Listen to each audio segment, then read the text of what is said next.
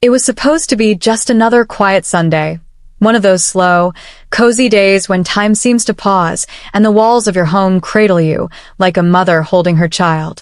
My name is Layla, and I'm 37 years old, a mother of two and married to Imran for the past 12 years. We live in Lahore in a modest but warm home, surrounded by neighbors who have watched our children grow and seasons change. That day started like any other, with the smell of chai wafting through the kitchen and the sound of the ceiling fan humming its usual tune. We had planned a simple family brunch. Just me, Imran, the kids, and my younger sister, Sonia, who was visiting from Islamabad. Sonia, ever the free spirit, had a way of lighting up the house with her laughter and playful teasing. She was 7 years younger than me, single, and always had stories about her travels, dates, and the chaotic beauty of her life. The children adored her, and Imran, well, he always seemed a bit too amused by her charm, though I never thought much of it. Families are like that, right? Some people shine a little brighter, and we enjoy basking in their glow. That Sunday, the sun was high and golden, casting soft shadows through the lace curtains in our dining room.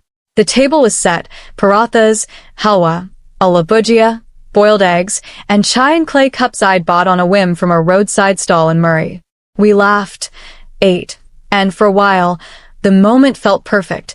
One of those fleeting pockets of time you wish you could bottle forever. But as we sat around the table, Sonia made a comment that cracked the moment wide open. She was recounting one of her usual flirtatious encounters, laughing about a guy who had mistaken her for a celebrity. She turned to Imran and said, "I bet even Jiju would fall for me if he didn't know me as your sister." Her words were meant to be funny. I'm sure of it. But the table went silent. Imran gave a half-smile, a strange expression flashing across his face before he looked down at his plate. My son, Arab, looked confused. My daughter giggled nervously. I laughed too. A forced laugh. "Sonia, stop. That's awkward," I said, hoping to steer the moment back to normal. But something in the room had shifted. Imran barely spoke for the rest of the meal. He avoided eye contact with me and seemed tense, lost in thought. After brunch, the kids went off to play in the backyard, and Sonia offered to help me with the dishes. She was humming a song when I finally turned to her. "You shouldn't joke like that, Sonia," I said quietly, not out of anger, but discomfort. She frowned. "It was just a joke, API. Don't tell me you're being serious." I shrugged. It just felt weird. Imran didn't laugh. "What's that supposed to mean?" She shook her head, brushing it off. "Nothing.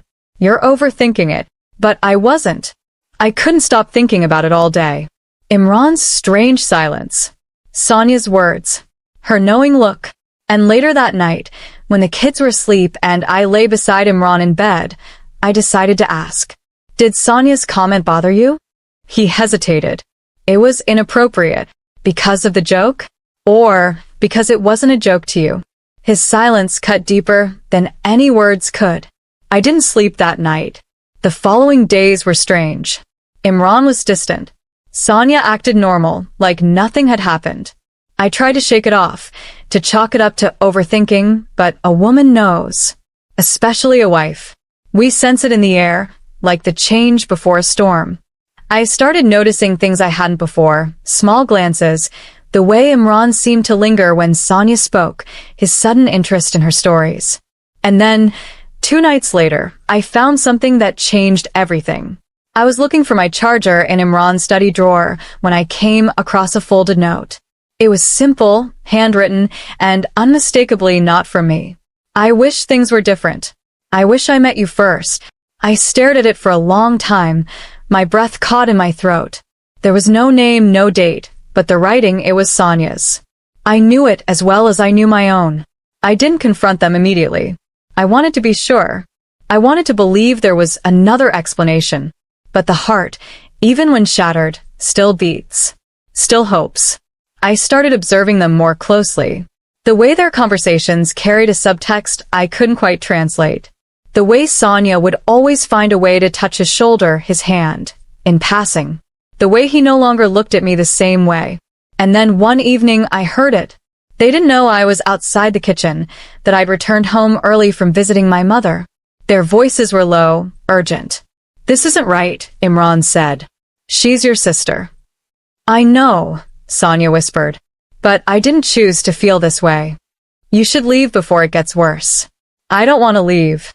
My legs gave out beneath me, and I sat quietly in the hallway, my heart pounding like a drum of betrayal. That night, I didn't cry. I didn't scream. I didn't even speak. I waited until the kids were asleep, then walked into the guest room where Sonia was staying. "Pack your things," I said softly. She looked up startled. "API.